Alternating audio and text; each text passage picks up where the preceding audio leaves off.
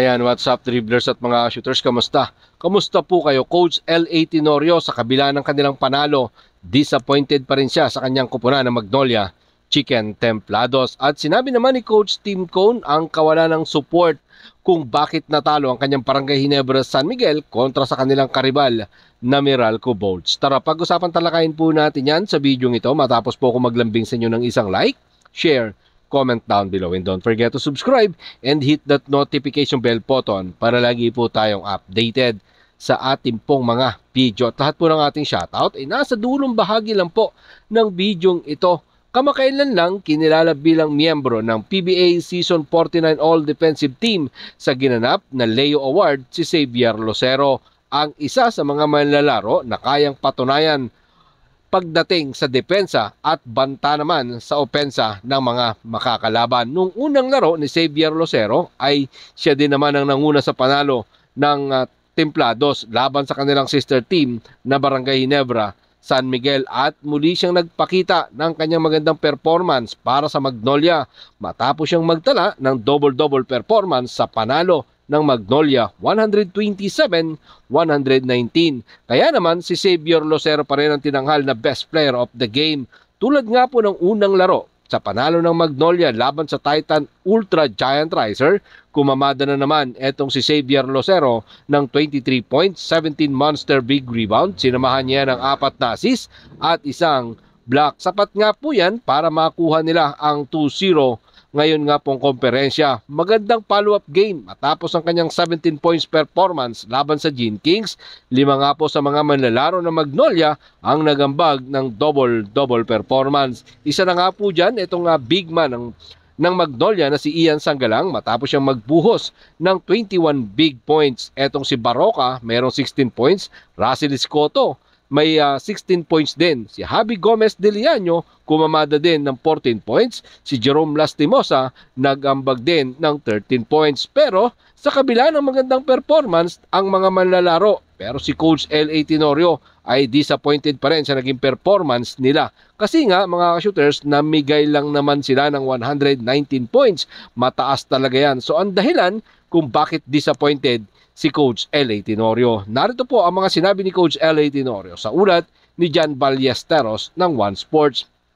Habang gusto naming mag-enjoy at maging masaya sa larong ito, bumigay kami ng 119 points, which is really bad defensive game for us. Oo, nakakuha kami ng 127. That's good offensively.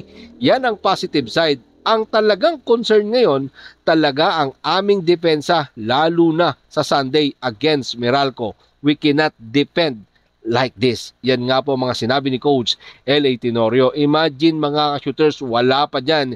Ito nga pong si Calvin Abueva. Lumaban din ang gusto ang Titan Giant Ultra Riser sa pangunguna nga po ni Joshua Monson na kumamada rin ng 29 point. Etong si Ato Olar ay meron ding 17 points. 7 players naman ng Titans ang gumawa ng double-digit performance. Samantala, sa mga bataan ni Coach L.A. Tenorio, pinangunahan pa din sila ni Xavier Lucero sa kanyang 23 points, Ian Sanggalang 21, Mark Baroka 16, Russell Escoto mayroong nga pong 16 points, si Juan Gomez de Liaño o si Javi Gomez de Liaño ay kumamada ng 14 points, si Jerome Lastimosa mayroong 13 points. This coming Sunday, makakalaban naman nila ang Meralco Bolts na galing din sa isang magandang panalo laban naman sa Barangay Ginebra San Miguel. Come from behind win ang Meralco Bolts. Pinangunahan ng kanilang veteran na si Chris Newsome sa kanyang 19 points, si Jay Cancino na kumamada din ng 18 points. Lamang ang Gene Kings from the start, nag-collapse nga lang sa dulo ng bakbakan at lumamya yung kanilang depensa, kaya naman nakalayo ang Meralco Bolts.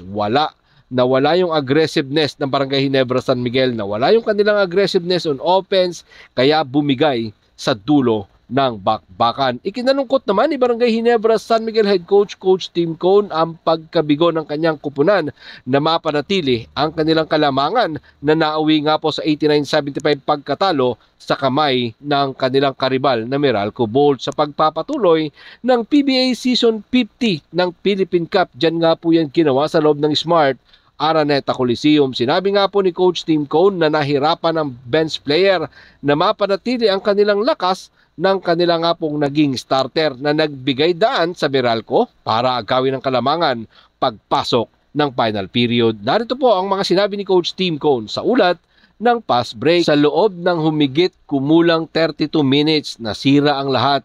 Nagsimula iyon sa aming bench. Hindi namin nahawakan ang aming lamang. Sa tingin ko ay nasa 16 na kami at gumawa sila ng run para maging 5 na lang pagkatapos ng third quarter. Nang bumalik ang aming first group, hindi nila naibalik ang kanilang momentum. Napagod sila. Kaya talagang hindi kami naglaro ng napakahusay na complementary basketball ngayong gabi. Yan nga po mga sinabi ng disappointed na si Coach Tim Cone, at mabigat pa ang kanilang next assignment ng Barangay Ginebra San Miguel ay ang kanilang sister team na San Miguel Beermen. Ngayon, tanga ng Barangay Ginebra San Miguel ang 1-2 win-loss record at ang San Miguel Beermen mas nangangailangan ng panalo sa kanila dito sa kanilang sister team na Barangay Ginebra San Miguel. Maraming salamat po sa inyong panonood, na naman po ang inyong maging opinion. Diyan po natin yan pag-usapan sa comment section. Ingat and God bless everyone. Adjourn, pero katulad po ng ating nakagawian, bago po natin tapusin ang ating video, shoutout po kay na Ride the beat when you rock the mic. Put your foot on the gas and eat a red light. Ride the beat when you rock the mic. Put your foot on the gas, make a left, go right. Ride the beat when you rock the mic. Put your foot on the gas and eat a red light. Ride the beat when you rock the mic. Put your foot on the gas, make a left, go right. Ride the beat. Let me show you.